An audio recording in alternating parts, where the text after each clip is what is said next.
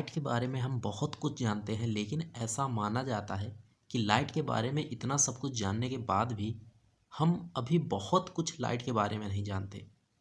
हमें पता है कि लाइट एक इलेक्ट्रोमैग्नेटिक वेव है और इलेक्ट्रोमैग्नेटिक वेव्स में इलेक्ट्रिक और मैग्नेटिक फील्ड के जो वेक्टर होते हैं वो एक दूसरे के परपेंडिकुलर होते हैं और वो परपेंडिकुलर डायरेक्शन में प्रोपोगेट करते हैं एक दूसरे के।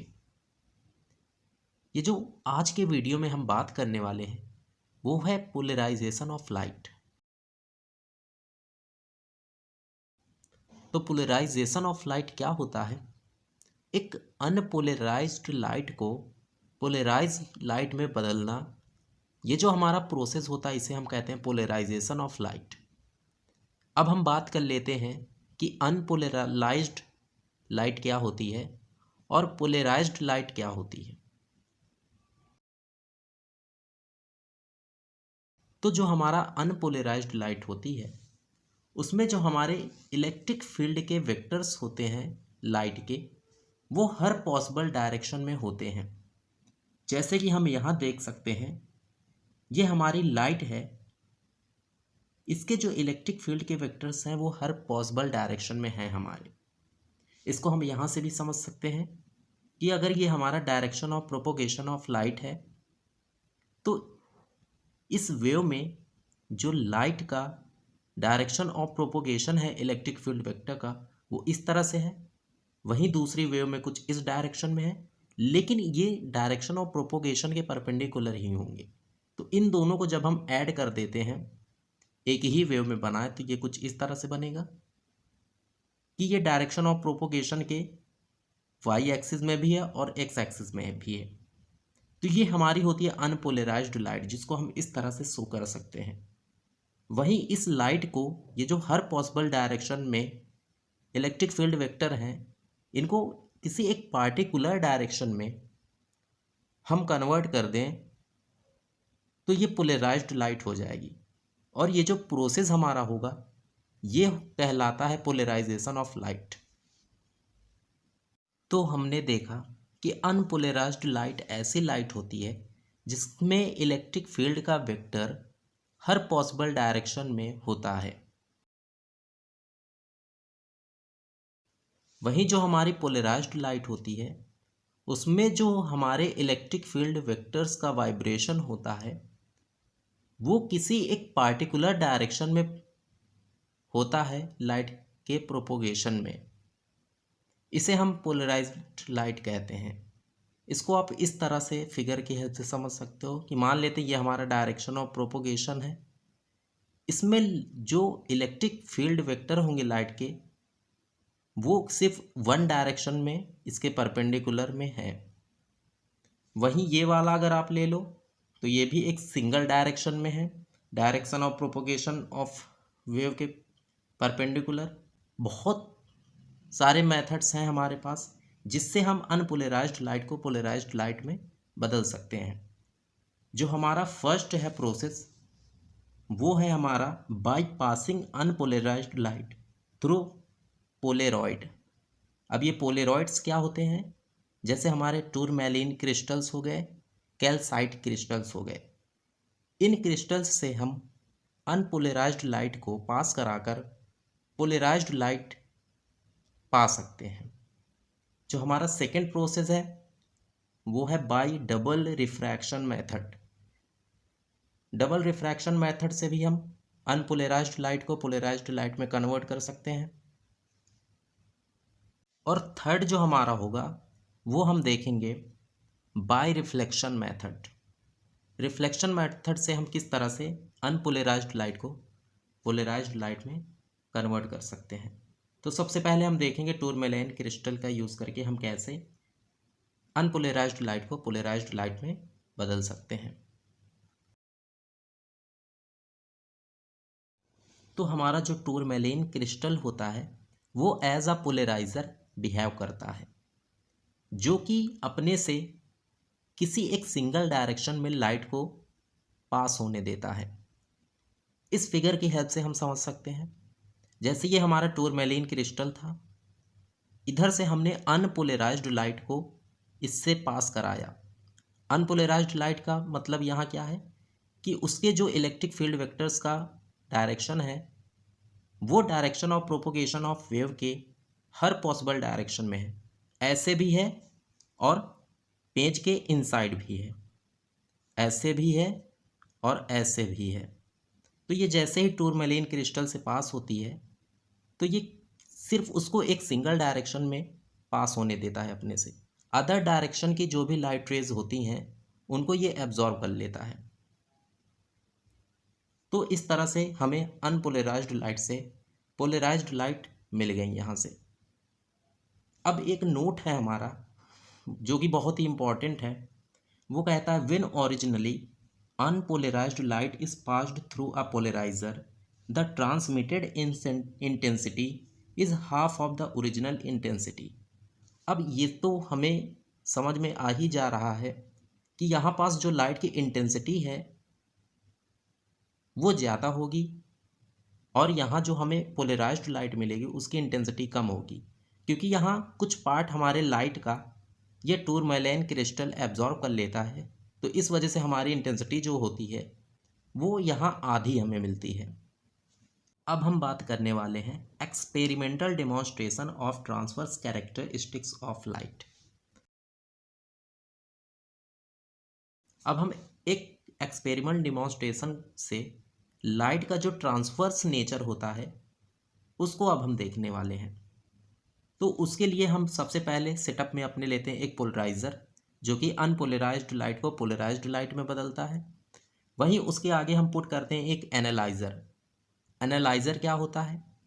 ये भी एक पोलराइज़र की तरह डिवाइस होता है जो जिसका काम होता है ये जो पोलराइज़र से लाइट आने वाली है इसको ये डिटेक्ट करेगा कि ये पोलराइज्ड लाइट आ रही है कि अनपोलराइज्ड लाइट आ रही है। सिर्फ एनालाइज़र का काम इतना होता है। तो यहाँ पास हमने अनपोलराइज्ड लाइट को पोलराइज़र से इंसर्ट कराया, जब उससे ये पास हुई तो ये पोलराइज्ड लाइट में बदल गई, और जो हमारा एनालाइज़र है उसको हमने इसके पैरेलल रखा। अब यहाँ से ये जो पोलराइज्ड लाइट थी हमने देखा कि वो एनालाइज़र से पास हो रही है, तो यहाँ से एनालाइज़र से हमने ऑब्ज़र्व किया कि जो हमें लाइट मिली है वो पूरी तरह से पोलराइज्ड लाइट मिली है।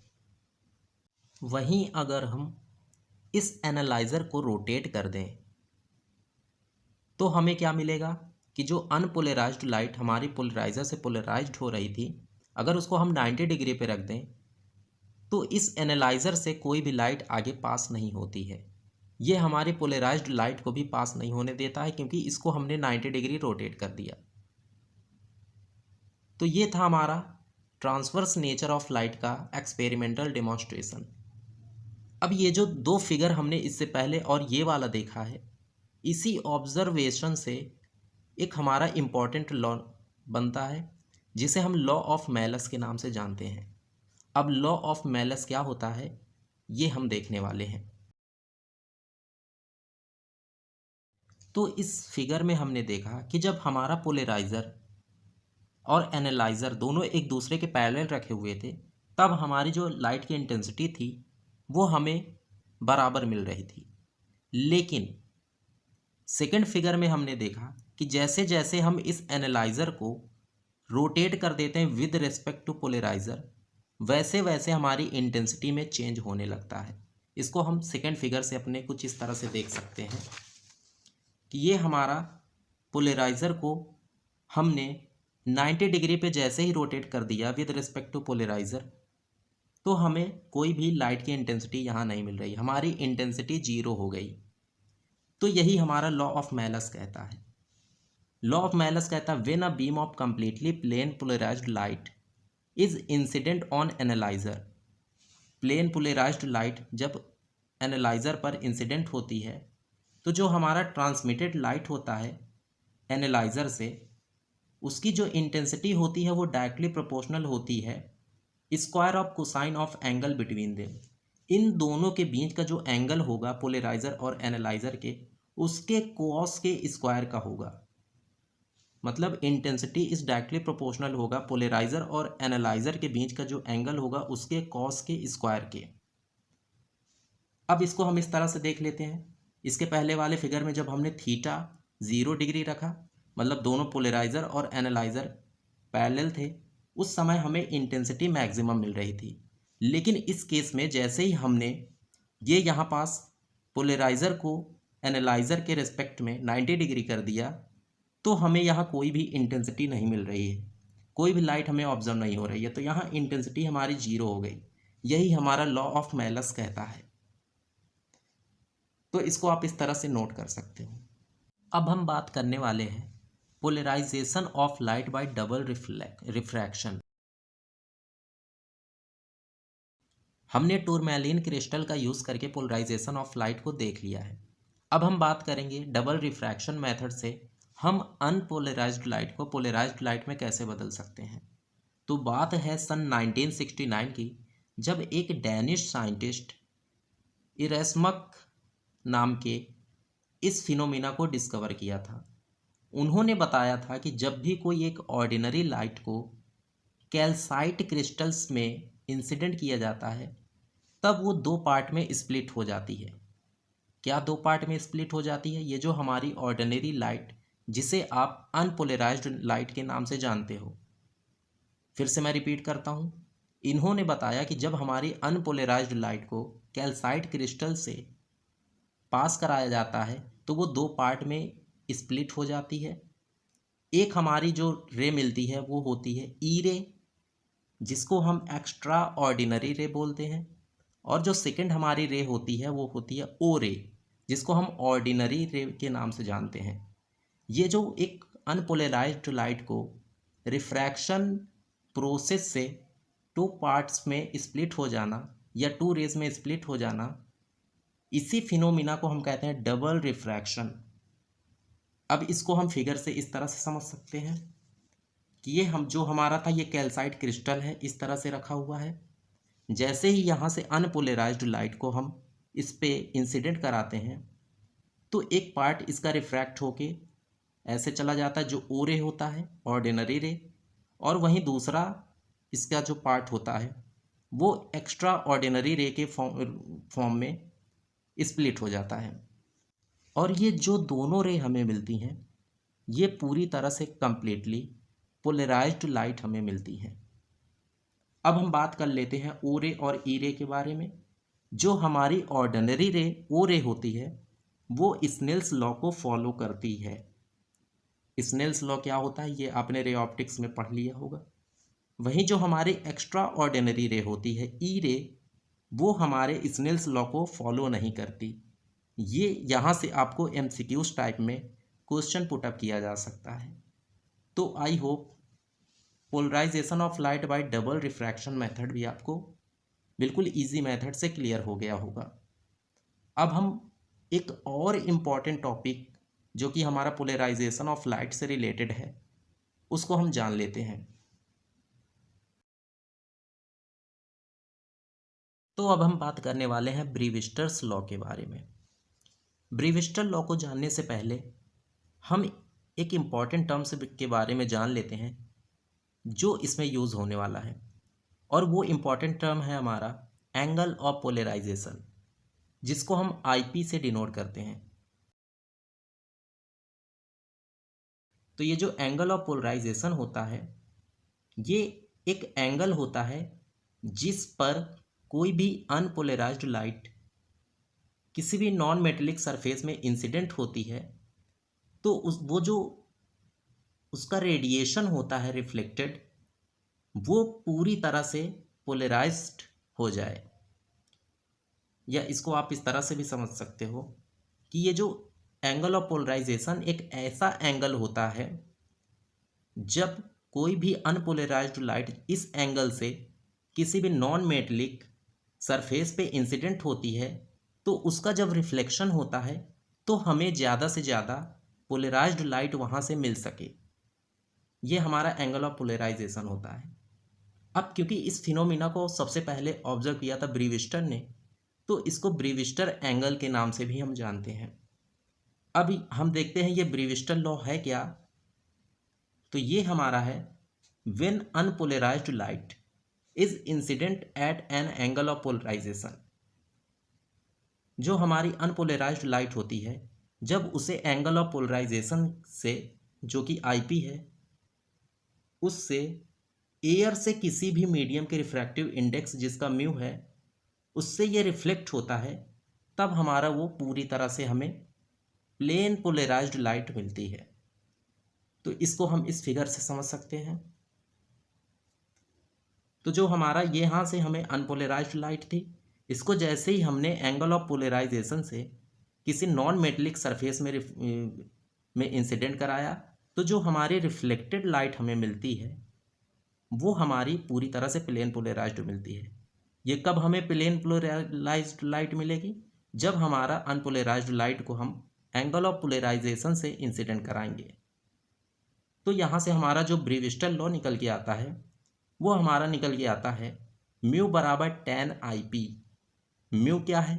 रिफ्रैक्टिव इंडेक्स, और IP क्या है? Angle of polarisation. ये हमारा ब्रीविस्टल लॉ था। तो आई होप आज के जितने भी हमारे कॉन्सेप्ट थे पोलराइजेशन ऑफ लाइट से रिलेटेड वो आपको समझ में आए होंगे। साथ ही में आज हमने देखा कि पोलराइजेशन ऑफ लाइट क्या होता है, अनपोलराइज्ड लाइट क्या होता है, और पोलराइज्ड लाइट क्या होता है, और साथ ही में हमने देखा ब्रीविस्टल लॉ क्या होता है, लॉ ऑफ मेलस क्या होता है, और हमने ये भी देखा कि हम कितनी तरह से अनपोलराइज्ड लाइट को पोलराइज्ड लाइट में बदल सकते हैं, जिसमें हमने देखा कि by the process of reflection, double refraction और टूरमैलीन क्रिस्टल से पास कराकर भी हम अनपोलराइज्ड लाइट को पोलराइज्ड लाइट में बदल सकते हैं।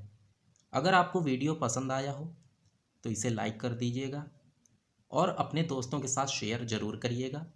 साथ ही में ऐसे वीडियो पाने के लिए हमारे YouTube चैनल बूस्ट फिज़िक्स को ज़रूर सब्सक्राइब कर दीजिएगा। आज के लिए इतना ही, मिलते हैं अपने नए वीडियो में, तब तक के लिए धन्यवाद।